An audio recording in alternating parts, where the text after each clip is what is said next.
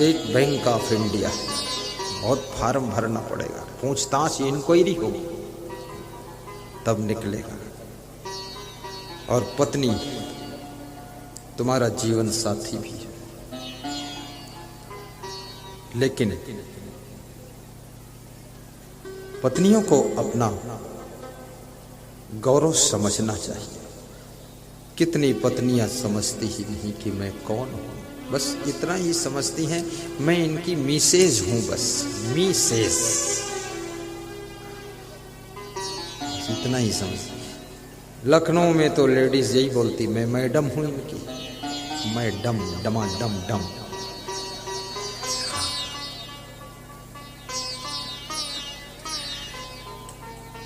तुम धर्म पत्नी हो। धर्म पत्नी शब्द केवल स्त्री में लगता है, किसी पति को धर्म पति नहीं कहते, इनको धर्म पत्नी कहते हैं, क्योंकि गृहस्थ धर्म को निभाने वाली धर्म पत्नी ही होती है। और अगर धर्म पत्नी का मूड खराब हो जाए तुम्हारा गृहस्थ धर्म सब सत्यानाश हो जाए। इसलिए धर्म पत्नी को धर्म को संभाल कर रखना चाहिए। धर्म की तुम ध्वजा हो, धर्म की जान हो, धर्म की कमान तुम्हारे हाथ में है, गृहस्थ धर्म। नारी अगर चाहे तो अपने द्वारा कोई महान दिव्य आत्मा को जन्म दे सकती है। तुम्हारी सोच से कोई नवीन आत्मा तुम्हारे द्वारा इस धरती पर आती है। मैं जो संत बना हूं ना, मेरी मां ने सोचा था मेरे द्वारा कोई ऐसा पुत्र जन्म ले जो महान संत बने। जन्म लेने से पहले सोचा था। और कैसे सोचा था? एक महान संत का दर्शन किया था। काशी से महात्मा गए थे हमारे गांव, उनको देखता था, उसमें महिलाएं घूंघट में रहती थी। किसी के द्वार पर आए थे, वहां दर्शन कर लिया। दर्शन करके उसके मन में भाव जगा, अरे ये महात्मा इतना महान है, इसका सब दर्शन करते हैं, पैर छूते हैं, मेरा कोई पुत्र इतना महान हो, बहुत बड़ा संत बने, उसका लोग दर्शन करें।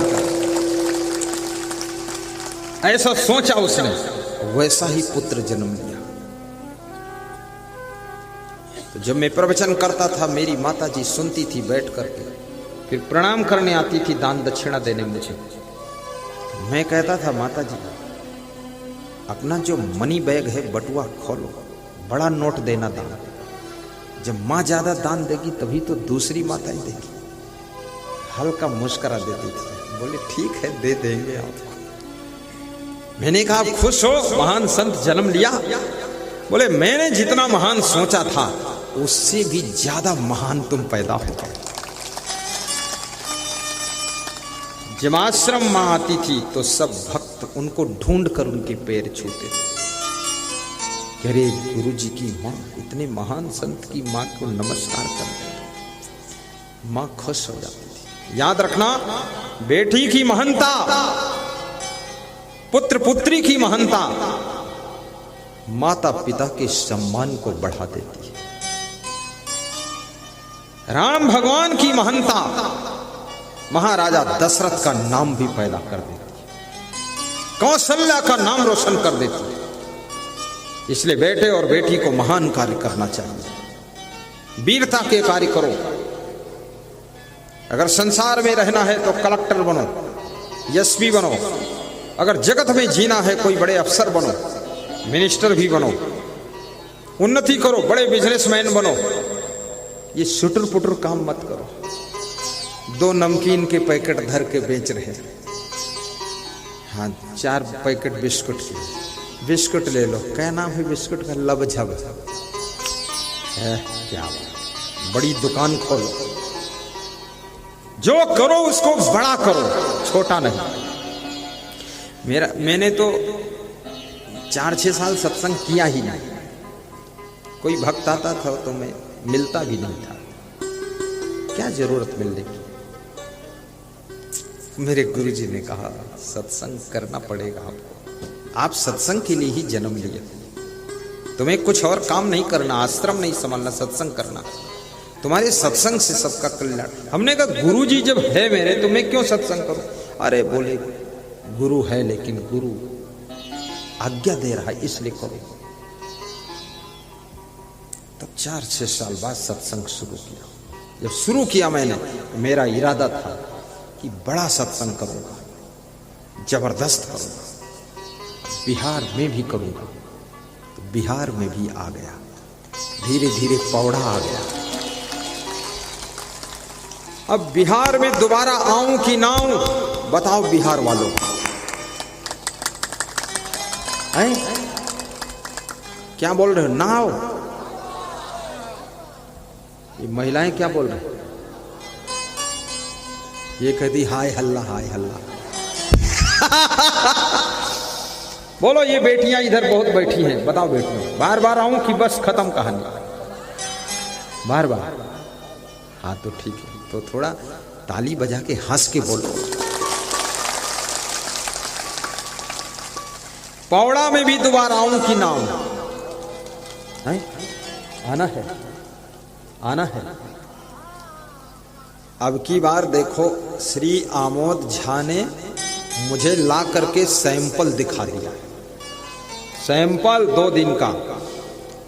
अब गांव वालों को अगर पसंद आ जाए तो 3 दिन का फिर ऑर्डर दे देना, पूरा माल उतर जाएगा। अब पूरे गांव वासियों की जिम्मेदारी है, सभी लोग आयोजक बने, सब लोग तन मन धन लगाएं और सभी लोग इसके मेन कार्यकर्ता बने। ठीक रहेगा कि नहीं? एक आदमी के ऊपर वजन न दिया जाए, सबका कल्याण हो, सबका पुण्य हो, सबका दान हो, सबकी तरफ से सेवा हो। इतना बड़ा गांव है ये पौड़ा, ये छोटा मोटा गांव नहीं है। हर घर से अन्न दान आए और हर घर से धन दान आए और हर घर से एक एक बंदा प्रचार प्रसार के लिए निकले तो इस धरती पर कम से कम 1 लाख लोग सत्संग सुनेंगे।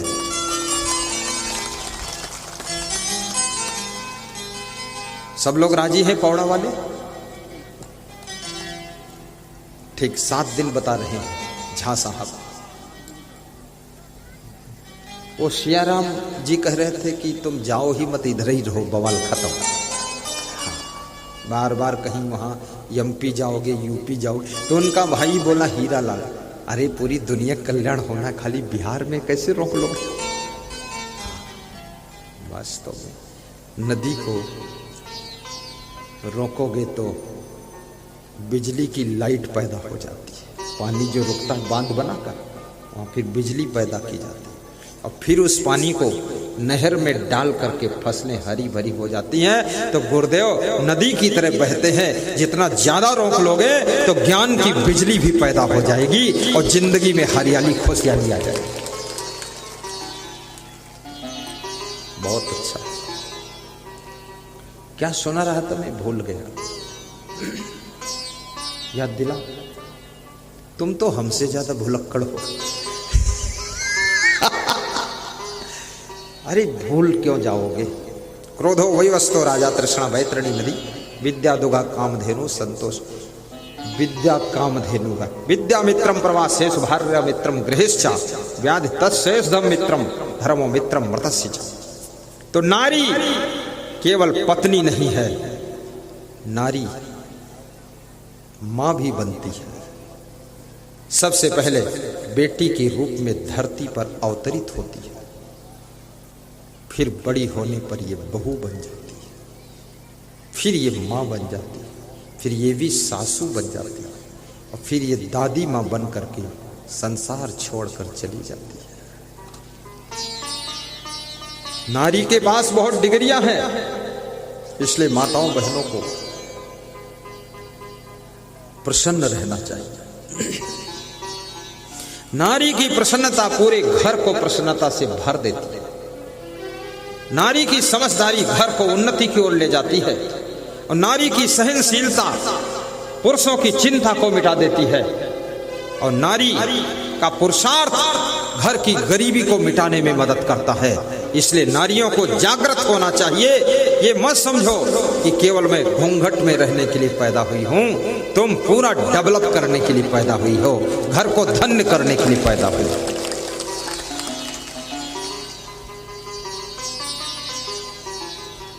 ये भी मत सोचना केवल हम बस बाल संवारने सजाने के लिए जन्म हुआ। ये बाल में केवल भूल मत जाना, तुम्हें बहुत कुछ करना है।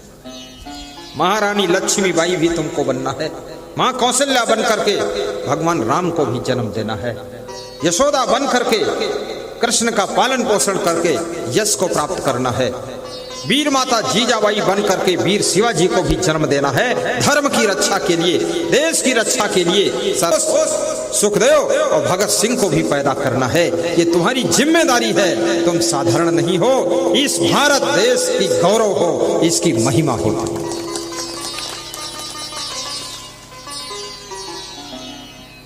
कितनी नारियां अपनी महिमा को समझती नहीं, बस सवेरा हुआ तेल घी साग लाना और दोपहरी हुई बाल बच्चे खिलाना, हुई सांझ आलस्य निद्रा सताती और रात में 2-4 गाली पति को सुनाती। रातों रात पति लोग बेहोश हो जाते, दिन भर थक गए काम करते करते, रात में ऐसा इंजेक्शन मारा है, होश हवास गायब है। ऐसा मत करना, पति को भी तसल्ली देना। पति भी मजेदार है, वो अपनी पत्नी से बोलता है कि तुम मेरी जान हो। पत्नी बहुत खुश हो जाती है कि मैं इसकी जान हूं, जिस दिन चाहूंगी उस दिन जान खींच दूंगी।